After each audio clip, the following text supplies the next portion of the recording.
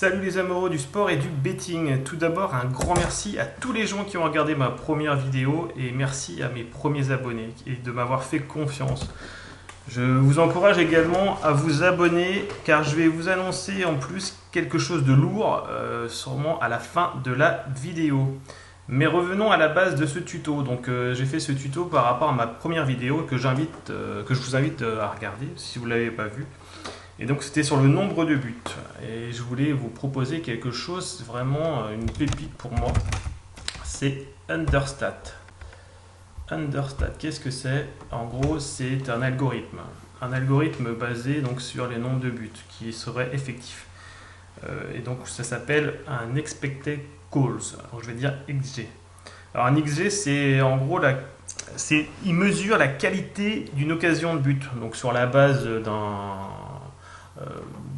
de la qualité d'un tir, sur l'angle du tir, la distance du tir, si ça a été fait de la tête, du pied, s'il y avait un adversaire en face de lui. Et cela, ça traduit après en pourcentage. Donc le XG, ce sera 0 et 1. Donc en pourcentage, 0% ou 100%. Donc là, on arrive sur la page du site. Donc ce qui est bien, c'est qu'il y a les 5 ligues majeures et également celui de la Russie. Là, on voit que c'est la présentation générale des différentes années avec le XG, les goals et les matchs qu'il y a eu. Et on va rentrer dans un exemple concret en Ligue 1. Et on va partir sur l'équipe de Lyon, par exemple. Hop. Qu'est-ce que ça donne sur Lyon? Donc là, on voit que les deux derniers matchs qui ont été joués par Lyon, ce qui est bien, c'est qu'on voit l'ensemble du calendrier de Lyon, de toutes les équipes aussi, c'est pareil. Et là, on va rentrer dans le détail. On va prendre sur le 6-0 magique de Lyon. Alors, qu'est-ce que ça dit? Comment c'est calculé ces expected goals, ces fameux XG? Alors, en gros, c'est la somme des différents buts. Donc là, on voit que c'est 0,7 plus 0,3 et voilà, etc. Et là, on voit plus l'étoile est grosse, plus les occasions étaient franches. Donc là, on voit que Lyon a eu des grosses occasions, ils ont marqué, mais ils ont été ultra efficaces parce que l'addition, là, ça fait 1,50. Donc dans l'esprit, ce serait que Lyon aurait dû marquer que 1,5 buts. Après, c'est une tendance, mais c'est plutôt 2 ou 3. Mais là, ils ont été surefficaces, on voit par rapport au nombre de tirs. Par contre, Angers, là, on voit qu'ils ont tiré vraiment hors de la surface, d'où un expected goals faible. On retrouve aussi les temps forts, voilà, de Lyon. Et on retrouve aussi des statistiques qu'on retrouve. Donc 72% de chances qui considéraient que Lyon allait gagner, 22% match nul et 6% pour Angers de victoire. On retrouve les buts, tirs cadrés, etc. Ce qui est bien, donc là on voit aussi les différents buts, à quel moment c'est marqué, mais ça on peut le retrouver dans les différents sites. Par contre, ce qu'on ne retrouve pas, donc ça on retrouve donc le tir, voilà, qui a été fait, nombre de buts marqués. Et alors, ce qui est sympa, c'est les passes. En gros, c'est les centres, qui a fait les centres, qui a fait des passes décisives. Ça on le retrouve des fois, mais voilà, c'est des stats qu'on ne trouve pas souvent. Donc ça, vous pourrez trifouiller comme ça. Hop. Voilà. Revenons donc à la page d'accueil. On retrouve en Ligue 1 le récapitulatif des premières journées. Donc là, c'est pas très... Ça représente pas vraiment la tendance, mais c'est juste pour vous donner un titre d'exemple. Là, on retrouve donc le nombre de points marqués, les victoires, les faits qu'on se retrouve. Et là, on retrouve le fameux IG. Là, on peut voir que Lyon surperforme. Là, ils ont marqué 9 buts, alors qu'ils considéraient qu'ils auraient dû marquer 2,5 buts dans l'esprit, 3 buts maxi, quoi. Donc en surperformance, tout ce qui est en vert, c'est surperformance. Et tout ce qui est en rouge, c'est sous-performance. En gros, là, on voit que Dijon a sous-performé. Ils ont marqué que 1 but, alors qu'ils auraient dû en marquer 3, quoi. Voilà. Donc ça, c'est intéressant pour faire ces statistiques. Et on retrouve aussi pour les buteurs, voilà, s'ils sont en feu ou pas. Donc là, on voit que Memphis Depay, là, il cartonne, alors qu'il aurait dû marquer un but dans l'esprit, il en a marqué 3, etc. Et on voit aussi par rapport aux passes décisives, tout ça, c'est sympa. On retrouve toutes ces statistiques. Voilà ce que je voulais donner. Je vais vous donner justement un exemple pour éviter de faire des erreurs.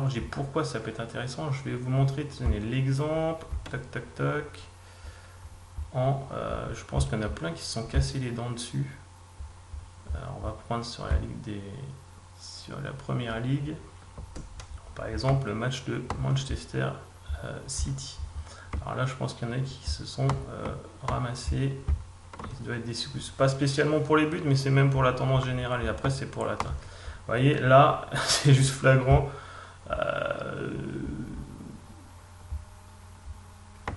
Voilà. On voit Tottenham. Ils ont marqué 2 buts. Ils ont tiré 3 fois. C'est un truc de fou. Surefficace. C'est pour ça que ça peut biaiser les analyses au niveau des statistiques pour le nombre de buts. Par exemple, Tottenham, là, on va dire oh, ils ont marqué 2 buts à l'extérieur, mais c'est faux. Oui, on le voit bien, mais c'était juste que c'est surefficace. Par contre, Manchester City, on voit qu'ils ont vraiment ils ont sous-performé. Ils auraient dû marquer 3 buts dans l'esprit. Donc c'est vraiment faut faire attention au score but. C'est vraiment ça mon conseil premier, c'est bien regarder ça. C'est pour donner la vraie valeur du match. Je vais vous donner juste un dernier exemple qui était vraiment marquant l'année dernière. Ça m'avait choqué. C'était excusez-moi, c'était vraiment un match, c'était Atalante contre, alors de mémoire, je crois que c'était Chievo. C'était juste de la folie. C'était de la folie. Alors, est-ce que je vais le retrouver? On va mettre. Alors, ce qui est bien, c'est qu'on peut voir aussi en différentes années. Hein, je vous avais pas dit ça, c'est intéressant. Vraiment, c'est super complet. Je vous ai pas tout montré parce qu'il y a vraiment beaucoup, beaucoup d'informations. Et déjà, je sais qu'il y en a plusieurs qui se sont déjà endormis.